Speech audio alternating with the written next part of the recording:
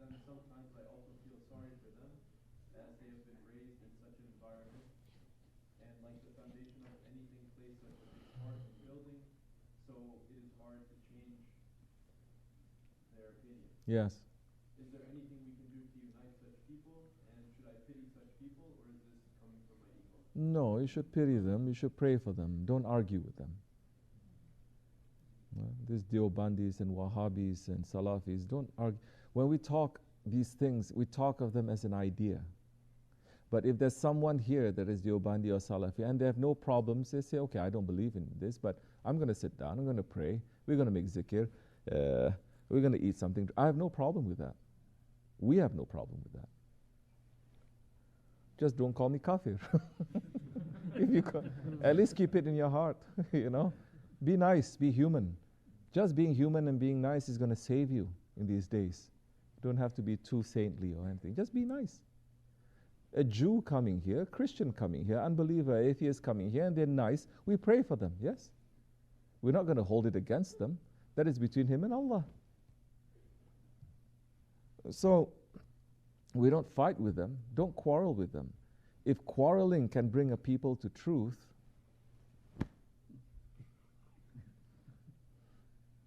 this will be Jannat now.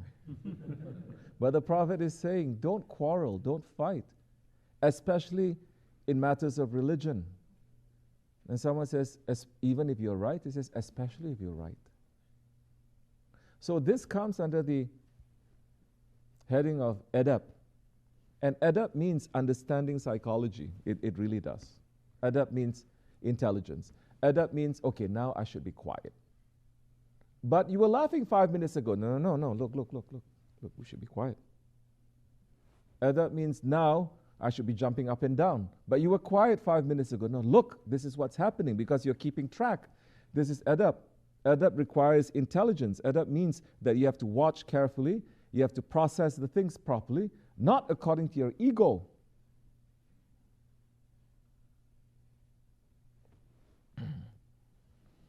So, we have no problems with them. Don't quarrel with them. Don't fight with them. Yes, you pity them, but don't be busy pitying also. I don't like to pity people. Who do you think you are? I pity you. Huh? Doesn't that sound arrogant? If you pity someone, it does. Who knows? Maybe tomorrow Allah is going to send hidayah to them and they'll be better than you. Who knows? Maybe tomorrow you slip and you become idiot. Allah is the one who turns your heart, no? So no need to pity them also. Take it as a lesson. Take them as a lesson. And say to yourself, if I'm not careful, Allah can make me better or worse than that. Definitely, if Allah is not putting a rope around my neck, I'm going to be worse than them. Look at it that way, don't pity. But people who are like that, pray for them, and you know what? Be nice to them. Don't go around saying, your Aqidah is wrong, you're going to go to hell. Wow, those words really would turn a person's heart to accept you. Since when? Tell them, no, forget about that. Sit down, have some tea. Because at the end of every Aqidah, at the end of every ideology, after all of that philosophy finished, it's still human problems that occupy us. Huh? So what happened? I'm not doing good in business. Oh, okay. What happened? My wife won't talk to me. Okay. What happened? My kid refuses to find a job. What happened? I'm sick. These are human things, no? That's why do you think unbelievers go to saints? Why do you think unbelievers, they go to saints, even when the saints have passed from this world, 100 years, 1,000, they still go to them. Unbelievers, they still go to them. And they're saying, this Muslim saint, although I don't believe in the religion, but him, anyone who goes there, and they're nice, and they bring something, if you ask properly, they grant you your wishes. Yes? Because they're nice. It's not your job to do the other thing.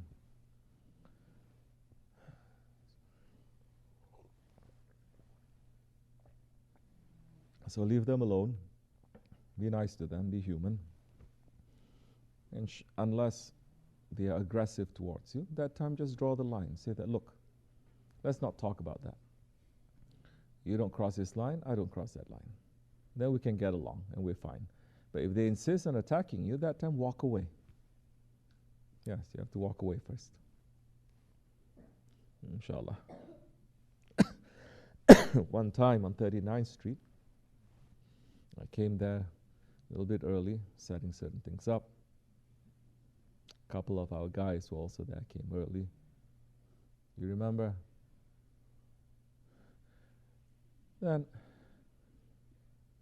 this guy come in from the street. He's wearing shorts, cut off thing, knees like this. Assalamu alaikum, brother. Akhi, coming in. I say, oh. Okay, coming in. I know he's like that. I'm just watching. And then I noticed some of our guys already bristling, ready for a fight because he's a Wahhabi coming to us. Shaykh Effendi wasn't there yet. He come in, he looked around, and then there's a chair for Shaykh Effendi.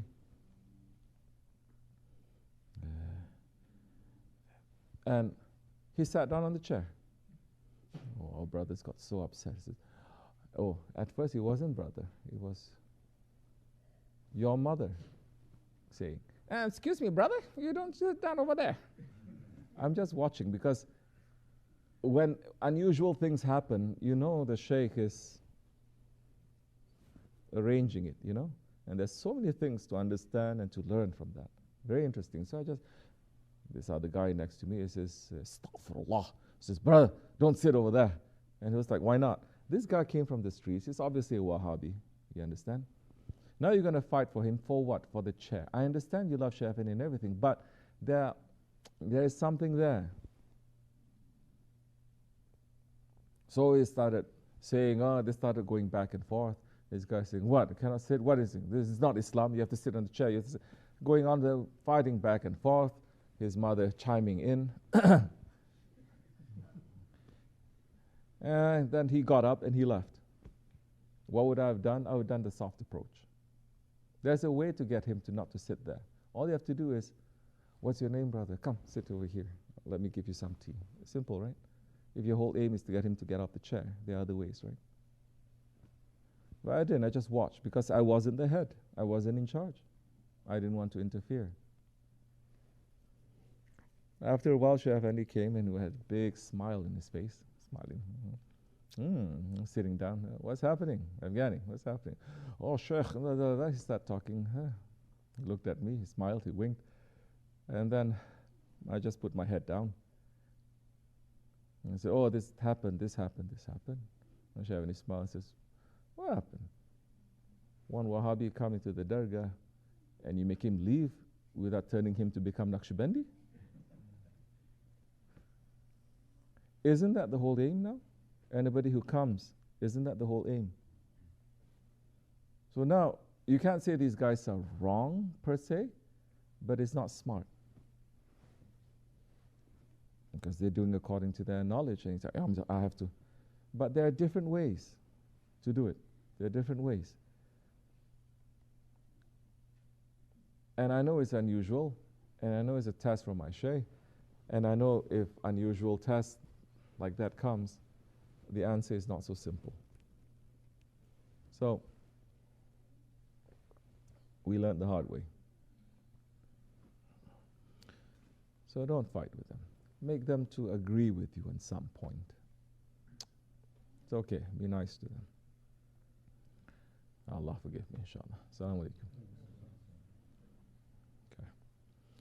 Okay.